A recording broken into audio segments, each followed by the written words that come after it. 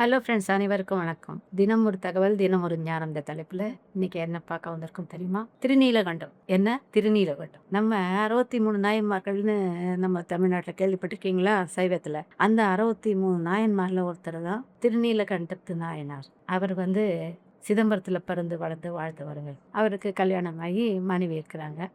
அவருடைய தொழில் மண்பானை புனைஞ்சி தயாரிச்சு அதை வித்து அதுல வர வரும்படியில குயவனார் அவர் அந்த தொழிலை செஞ்சுக்கிட்டு இருக்காரு. அவரு அளவு கடந்த சிவபெருமான் மேல பக்தி வச்சிருக்கோம். எந்நேரமும் அவர் வாயில நம்ம நம சிவாய சிவாய நம்ம ஓம் சிவா அப்படி எத்தனையோ பேர் சொல்றத கேட்டிருக்கோம். இவர் எப்படி சொல்லுவார் தெரியுமா?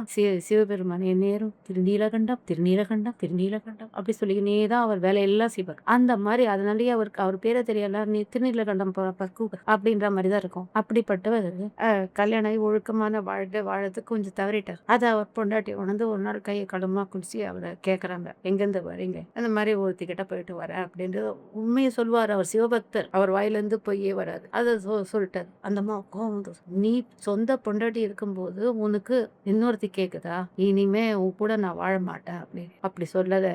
நான் ஒரு இதுவா பட்டேன், அதை தப்புன்னு இப்போ உணர்ந்துடுவேன். நான் இனிமே போகல, என்ன மன்னிச்சிடு அப்படின்ட்டார். அவங்க மன்னிக்காம சண்டை போட்டு என்னை தீண்டுவராயின் திருநீலகண்டம்னு சிவபெருமான் மாதிரி ஆணையிட்டாக்கா. அவர் என்ன பண்ணுவோம், அவரும் அதுக்கு ஒத்துக்குன்னு 2 பேரும் ரொம்ப நாள் புருஷன் பொண்டாட்டியா இல்லாம ஒரு சகோதர சகோதரி மாதிரி தான் வாழ்ந்துன்னு இருக்கிறார். அது உலகத்துக்கு தெரிய வைக்க சிவபெருமான் அதை நடத்துறார். ஒரு சிவனடியார் இவர்கிட்ட கேட்டு அவர் திருவோட தந்து அதை இவர் மறைய வச்சுட்டு அந்த திருவோட்டை அதாவது தொலைச்சிட்டாருன்னு அவர் சொல்லி இவர் மேல அதை மறைச்சு வச்சுட்டு இவர்கிட்ட நாடகம் ஆடுறாரு. இவர் அந்த உண்மையை ஒத்துக்க மாட்டேன்றாங்க. நான் திருடல, நான் என்ன இருந்தாலும் நான் குயவன், அதுல கிடைக்கிற காசுல தான் நான் எல்லாம் பண்ணுவேன், அதெல்லாம் எனக்கு தெரியாது.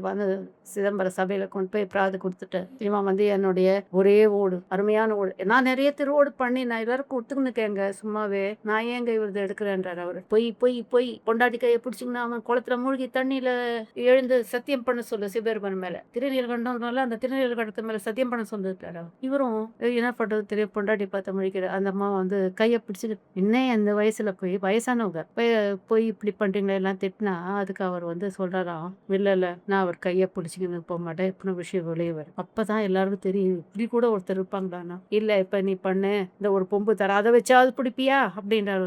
பிடிப்பேன். பிடிச்சி குளத்துல மூழ்கி எழுந்தா வயசான 80 வயசு கிழவரும் 70 வயசு கிழவியும் தண்ணியில மூழ்கி எழுந்துக்கிறாங்க.